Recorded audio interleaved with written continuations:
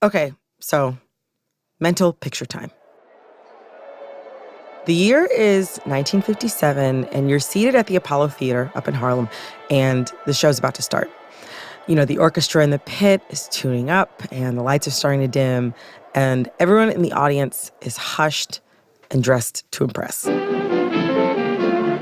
So the band starts, and the lights come up, and suddenly the entire stage is populated with 25 of the most dazzling divas that you have ever seen in your life. You know, in all different shapes and sizes and colors. I mean, you know, they have headdresses with feathers and crystals, and their cleavage is hiked up high, and their eyebrow arches are like damn near touching heaven. And then the announcer, who's kind of like the anchor for the show, makes an entrance. Introducing the world's most unusual show. And now the Jewel Box Overture with Ned Harvey and his orchestra. And he's tall and in a beautiful slim-cut tuxedo. I mean, like, whatever people think when they hear the word debonair, like, he is it. And he's got this rich baritone voice that just sails out over the crowd. And he leads the chorus of showgirls into the show's signature song. Pays in a number of ways, so you can't do a show without girls. You're watching the Jewel Box Review. And like any other show at the Apollo, this is top of the line. But it's just a little different than their usual shows. The show is billed as 25 men and 1 girl. So most of the people on stage are impersonating women. And the audience is supposed to spend the show figuring out who the quote-unquote real girl is. Toward the end of the show, it's dramatically revealed that none of the people high-kicking in dresses was the real girl. It was actually the smooth baritone in the tuxedo. Stormy DeLavier.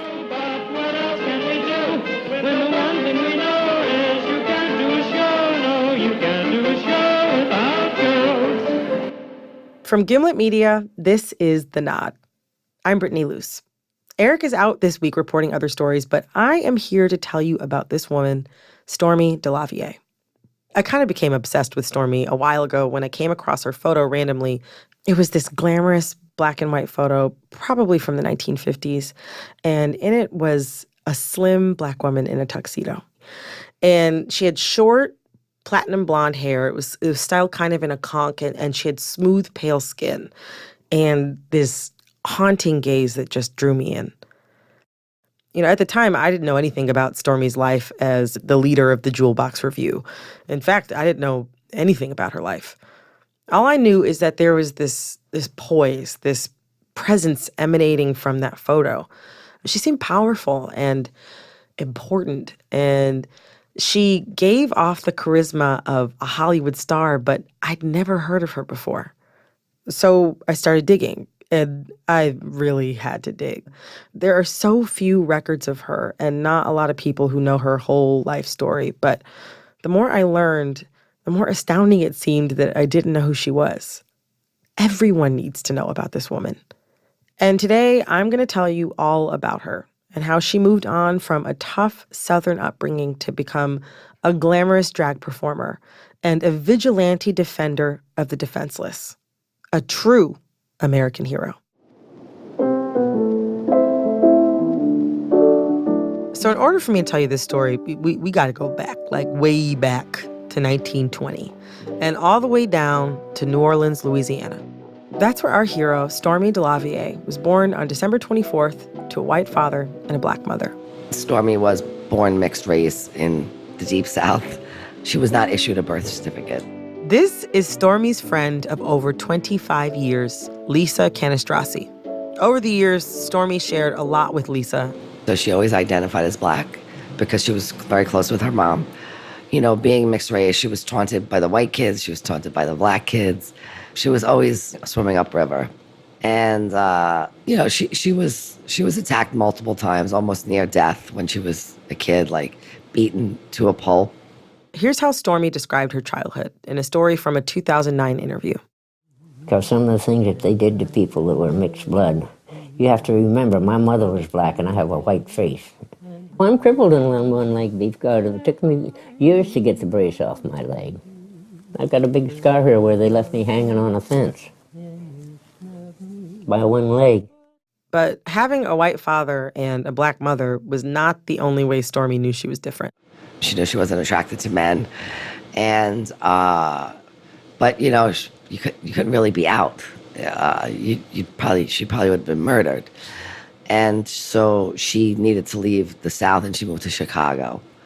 And she went there as a woman who dressed like a man.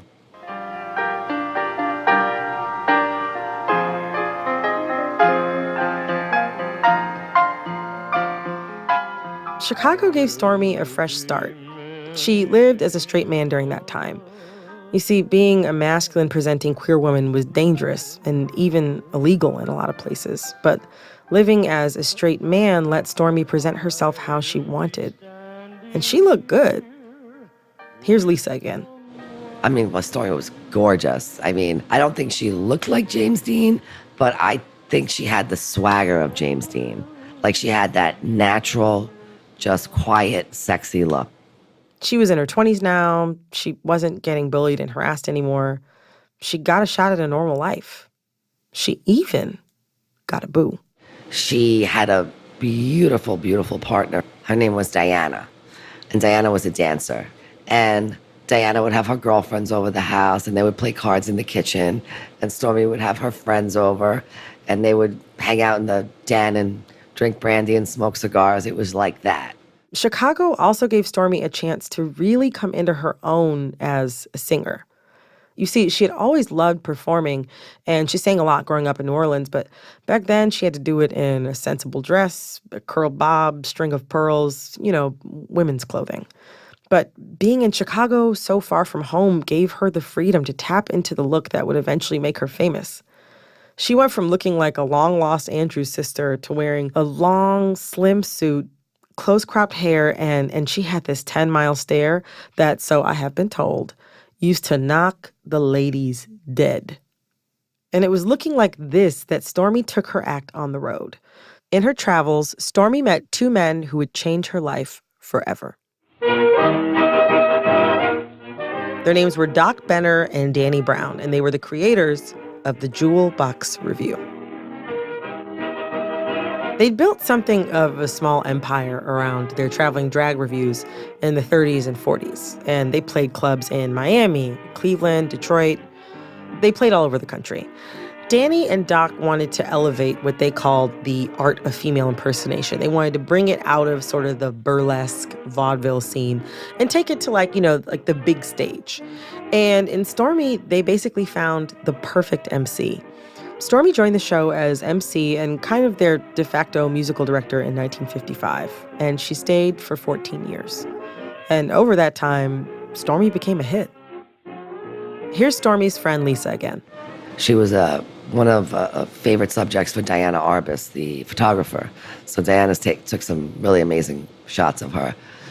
Stormy would talk about her affiliations with Dinah Washington, some of the old singers, Nina Simone, because she traveled in those circles, those sophisticated African-American circles. And, she was highly regarded, as she was royalty, she was royalty. The show was a huge success, and it played all over, at big-name theaters and also Chitlin Circuit venues, including the Apollo Theater, where they played several times a year. First and foremost, the Jewel Box Revue was a top-notch performance project. That's number one. Everything about it, the set, the costumes, and the performers were top-notch. This is Marita Dunn. She's like almost hyperactive, and she's tall, and she's like oozing with style. She used to be a model. And she saw the Jewel Box Revue like quite a few times as a young girl growing up in Harlem. And to this day, she has nothing but praise for the show. No amount of money was spared in making that Jewel Box Revue. It was top of it. If it needed a mink coat, it had a mink coat. If it needed a zebra, it had a zebra. What about the singing and the dancing? We're talking about the Jewel Box Revue. You wasn't going to get if you couldn't sing. or dance. They were ladies of gorgeous dimensions, the way you try to see now, like the RuPauls of now, they were then. At one point in our talk, I pulled out a few old photographs just to jog her memory. Oh, yes. Oh, yes. Describe to me the photo. Look at her. Look at what she has on. Oh, yeah. No, I see there's a drag performer right in the center and with a huge headdress. This is beautiful. Look at everything. It's not just the headdress. Look at the shoes. Look at the whole outfit. Take a good look. And is this as you remember it? Oh, yes. Definitely. That's why I was excited. Because I came from fashion, so if you can still excite me, you're good. Okay, so call me country, but when I learned about this, I was like, what? Like, there's a whole generation of baby boomers whose parents took them to a Sunday matinee drag show as a family activity. I needed to know how this could have been acceptable given what we know about how people treat LGBT people to this day. So I called up this guy. My name is John Reddick. I was born in Philadelphia, educated at Ohio State. John is a Harlem historian, and he says that playing with gender is about as old as time for Black folks. One of the main performers at the Apollo was this comedian named Moms Mabley, who was gay. And when you see her personal pictures, she dressed like a man. And so everyone within her peer group knew she was gay. But he says that that doesn't mean that the 50s and the 60s were a more accepting time for queer Black people than we remember. It was fine on the stage, but once they left the theater, it was a different story. Technically, those performers could not go on the street dressed gender crossing. They could get arrested. I think into the 60s or so they could get arrested. So, it had to be sort of set in theater, if in the end it's like judged performance, It's the mask that's being played up, not really the sexuality. It's like a masquerade ball or whatever, the idea that you're going to be this other, whatever. It's knowing that, under this is a man or a woman. But even if it was just performance, sanitized from sexuality, the Jewel Box Revue gave Stormy a place to be herself. And the 50s and 60s were a pretty happy time for her. She traveled all over the country performing for adoring audiences as herself. She was living in New York City. She had stopped pretending to be a straight man. And not only did she have the love of Diana, her girlfriend, but she had the love and respect of her castmates, many of whom were guys 10 or 20 years her junior. She referred to them as her boys. It was like a chosen family, and she considered herself the one who protected that family. Here's Stormy again talking about her former castmates. They were nice young men, and they were my friends. They did everything I asked them to do. They showed me great respect, and I respected them as performers and as human beings. Stormy had this little corner of the world set up the way she wanted. Like this safe, warm little space for Black or queer or creative people who, kind of like her, they never quite fit in anywhere else. But then something happened, something that made her realize she needed to protect that little world. That is coming up after the break.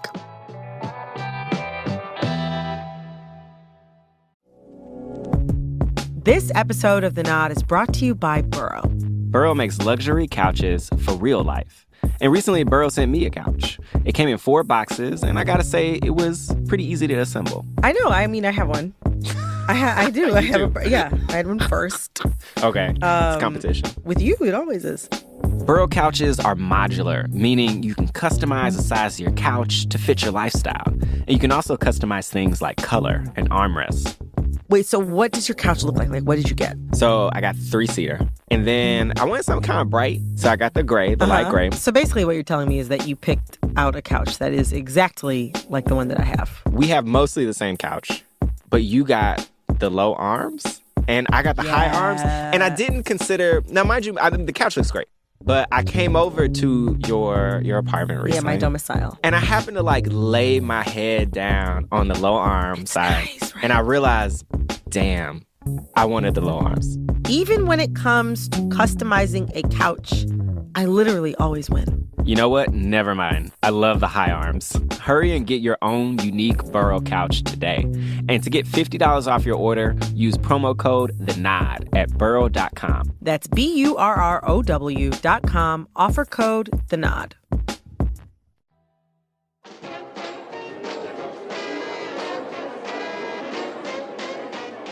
On June 28th, 1969, Stormy was at the Stonewall Inn, hanging with some friends. The Stonewall was a popular West Village bar and also an unofficial community meeting place for young queer folks in New York at that time. That night, police raided the bar. Now, a raid in a gay hangout wasn't unusual for that time. It was illegal to cross-dress and illegal for gay people to gather in public. And cops would target certain bars looking for anyone breaking those laws. They'd kick people out, they'd take their liquor, and look on their IDs to see whether their listed gender matched the way that they were dressed. It was humiliating and subhuman treatment, but it was the law back then. But this night was different. After years of just complying with the usual hassling and arrests, folks got pissed. They refused to hand over their IDs. The people who the cops had to let go, they decided to stick around. And when the police started grabbing people and forcing them out of the bar, they fought back. Stonewall was a turning point in the LGBT rights movement. People were speaking up, saying, it's not enough to eke out an existence in the margins, in the theater or in the bar scene. They wanted full equality. A lot of people say that Stormy threw the first punch at Stonewall. Of course, LGBT history is rarely recorded, and Stormy herself was pretty coy about the whole thing. But according to pretty much everyone I talked to, punching a cop for hassling her friends is exactly the type of person that Stormy was. Here's Lisa, Stormy's friend from earlier in the show. I think her experiences as a young person and being, beat up and being not accepted for who she was, I think all that lived inside her.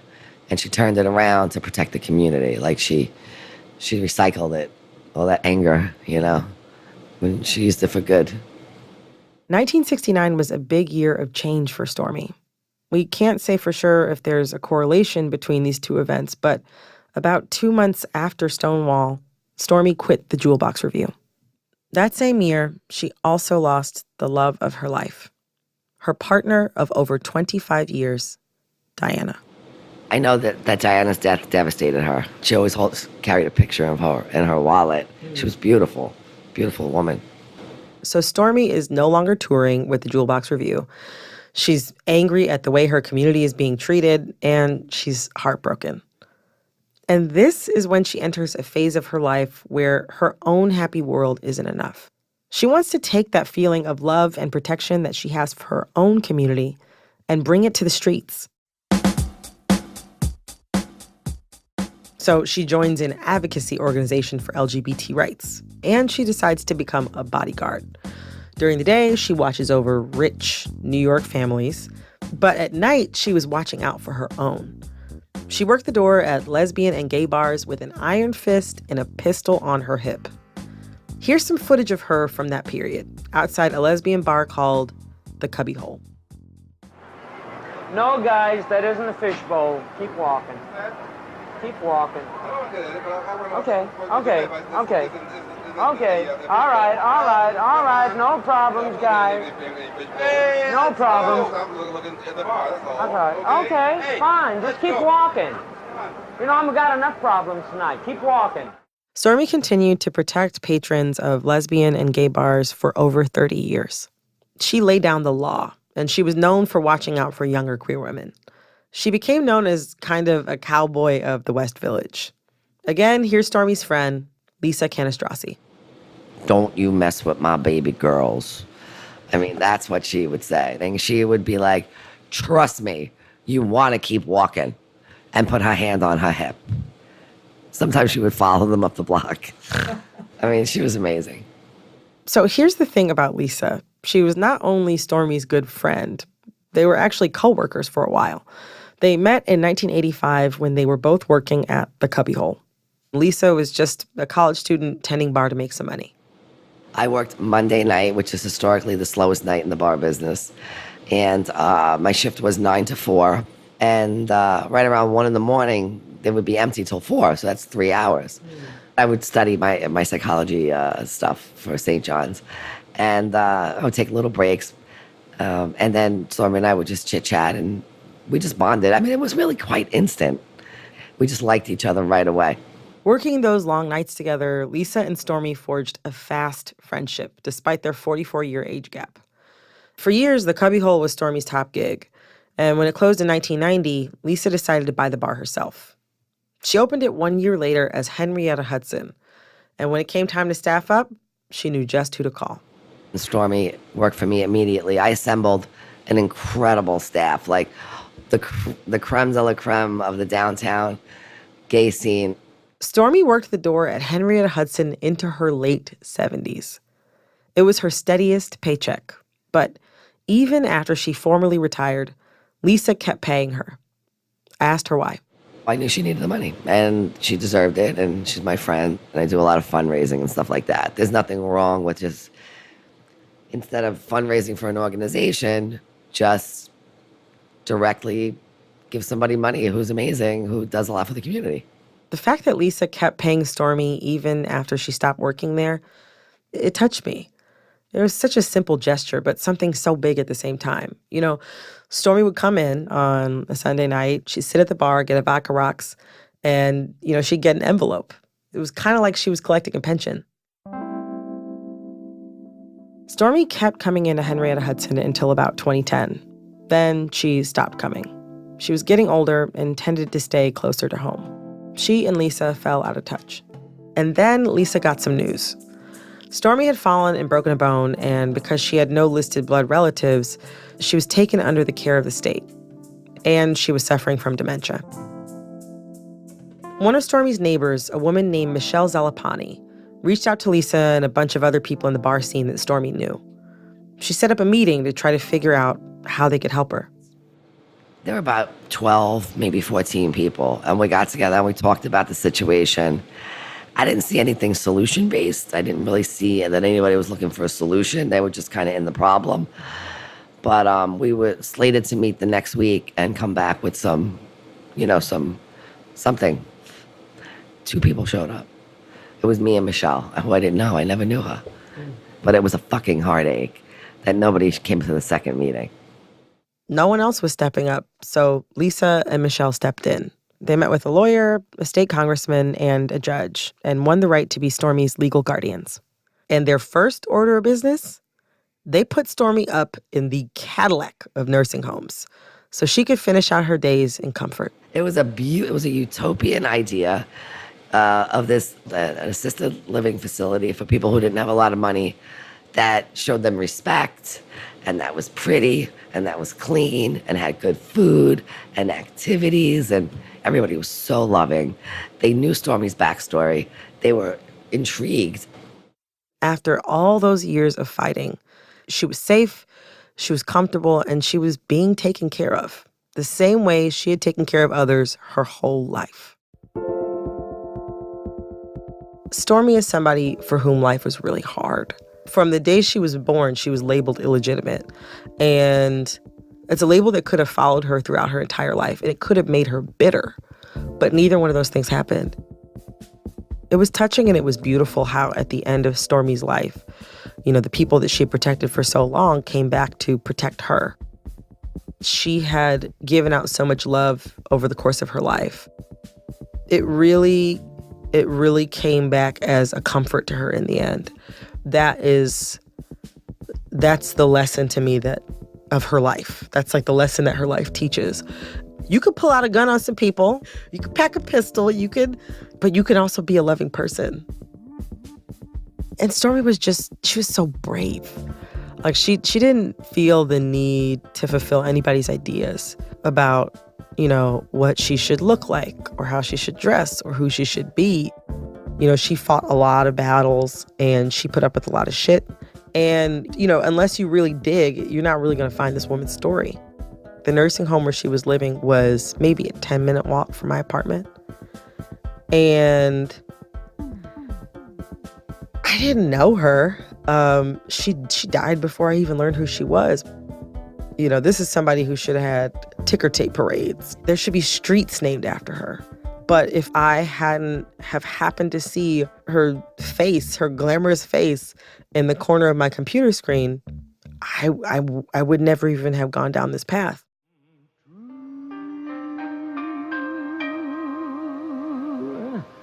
If there will never ever be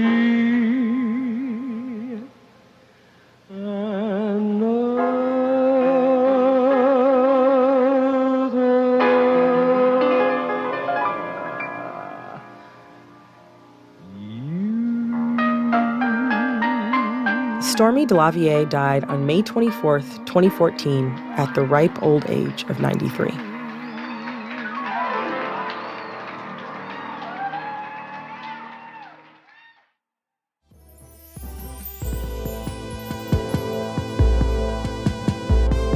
The Nod is produced by me, Brittany Luce, with Eric Eddings, Kate Parkinson Morgan, and James T. Green.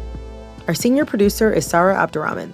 We were edited this week by Annie Rose Strasser, Alex Bloomberg, and Jorge Just. Additional editing help from Sarah Geis and Jordan Barnes. Fact-checking by Nicole Pasuka. Engineering from Cedric Wilson and Matthew Bowl. Our theme music is by Khalid B. Additional music in the show by Bobby Lord, Haley Shaw, the Five Dutones, and the Maury Morrison Orchestra. Special thanks to Michelle Parkerson and Women Make Movies for granting us permission to use excerpts from her film, Stormy, the Lady of the Jewel Box. Also to Kurt Klock for granting us permission to use a 2009 interview of Stormy. And finally, to the Schomburg Center for Research in Black Culture.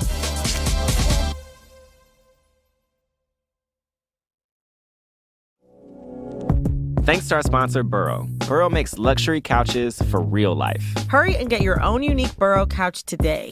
And to get $50 off your order, use promo code THENOD at burrow.com. That's BURROW.com, offer code THENOD.